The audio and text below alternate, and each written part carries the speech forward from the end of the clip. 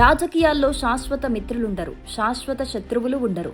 కేవలం ప్రయోజనాలు మాత్రమే ఉంటాయంటారు. ఇప్పుడు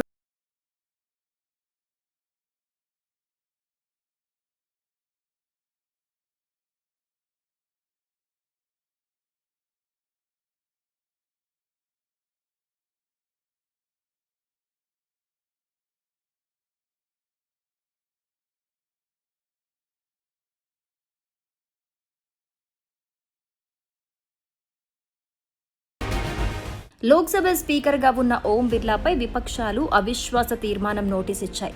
బడ్జెట్ తొలి విడత సమావేశాల్లోనే దీనిపై వేడి చర్చ, ఆ తర్వాత ఓటింగ్ జరగనుంది. అయితే ఇక్కడ విపక్షాల పరిస్థితి చూస్తుంటే ఆశేమో ఆకాశమంతా, అవకాశమేమో ఆవగింజంతా అన్నట్లుగా ఉంది. ఎందుకంటే సభలో స్పీకర్ను తొలగించాలంటే కావలసిన మ్యాజిక్ ఫిగర్ 273. కానీ ప్రస్తుతం విపక్షాల దగ్గర ఉన్న బలం కేవలం 234 సీట్లు మాత్రమే. అదే అధికార ఎన్డీఏ కూటమి దగ్గర ఏకంగా 293 మంది సభ్యుల పటిష్టమైన బలం ఉంది. అంటే ఓటింగ్ జరిగినా కూడా ప్రతిపక్షాల తీర్మానం వీగిపోవటం ఖాయం.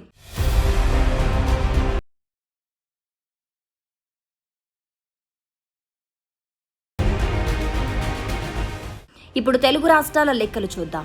తెలంగాణలో బీఆర్ఎస్కు ఎంపీలు లేరు కాబట్టి వాళ్ల ప్రస్తావన లేదు. ఇక ఏపీ విషయానికి వస్తే అధికార కూటమికి 21 మంది ఎంపీలున్నారు. వాళ్ళంతా ఎన్డీఏ ప్రభుత్వంలో భాగస్వాములు కాబట్టి ఖచ్చితంగా స్పీకర్కి మద్దతిస్తారు. అక్కడి వరకు కథ కంచికి మనం ఇంటికి అన్నట్లు అంతా సాఫీగానే ఉంది. కానీ అసలు ట్విస్ట్ ఇక్కడే ఉంది. ఏపీలో కూటమితో ఉప్పు నిప్పులా ఉండే వైసీపీ పార్టీ ఇప్పుడు కేంద్రంలో ఎవరికి మద్దతిస్తుంది? ఆ నలుగురు వైసీపీ ఎంపీ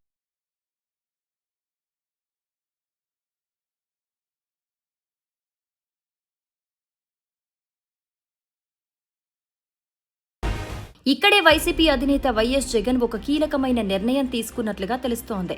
పాము చావకూడదు, కర్ర విరక్కూడదు అన్న చందంగా రాష్ట్రంలో ఎన్డీఏ కూటమితో పోరాడుతున్న కేంద్రంతో సత్సంబంధాలు కొనసాగించేందుకు వ్యూహాత్మకంగా అడుగులు వేస్తున్నారు. గతంలో ఉపరాష్ట్రపతి ఎన్నికల్లో ఏ విధంగా అయితే ఎన్డీఏకు మద్దతిచ్చారో ఇప్పుడు కూడా స్పీకర్ ఓం బిర్లాకు అనుకూలంగా ఎన్డీఏ వైపే నిలవాలని పార్టీ ఎంపీలకు జగన్ స్పష్టత ఇచ్చినట్లుగా సమాచారం. ఎన్డీఏలో లేని వైసీపీ, శిరోమణి అకాలీదళ్ లాంటి పార్టీలు మద్దతిస్తే ఎన్డీఏ బలం ఈజీగా 300 దాటుతుంది. కాబట్టి ఓం బిర్లా కుర్చీకి ఎలాంటి ఢోకా లేదు. కానీ భవిష్యత్ రాజకీయాల కోసం జగన్ తీసుకున్న ఈ స్టాండ్ రాబోయే రోజుల్లో ఏపీ రాజకీయాల్లో ఎలాంటి కొత్త సమీకరణాలకు దారితీస్తుందో చూడాలి. మరి కేంద్రానికి మద్దతివ్వటం ద్వారా జగన్ తీసుకున్న ఈ నిర్ణయం సరైనదే అంటారా? కమెంట్ బాక్స్లో మీ అభిప్రాయాన్ని చెప్పండి.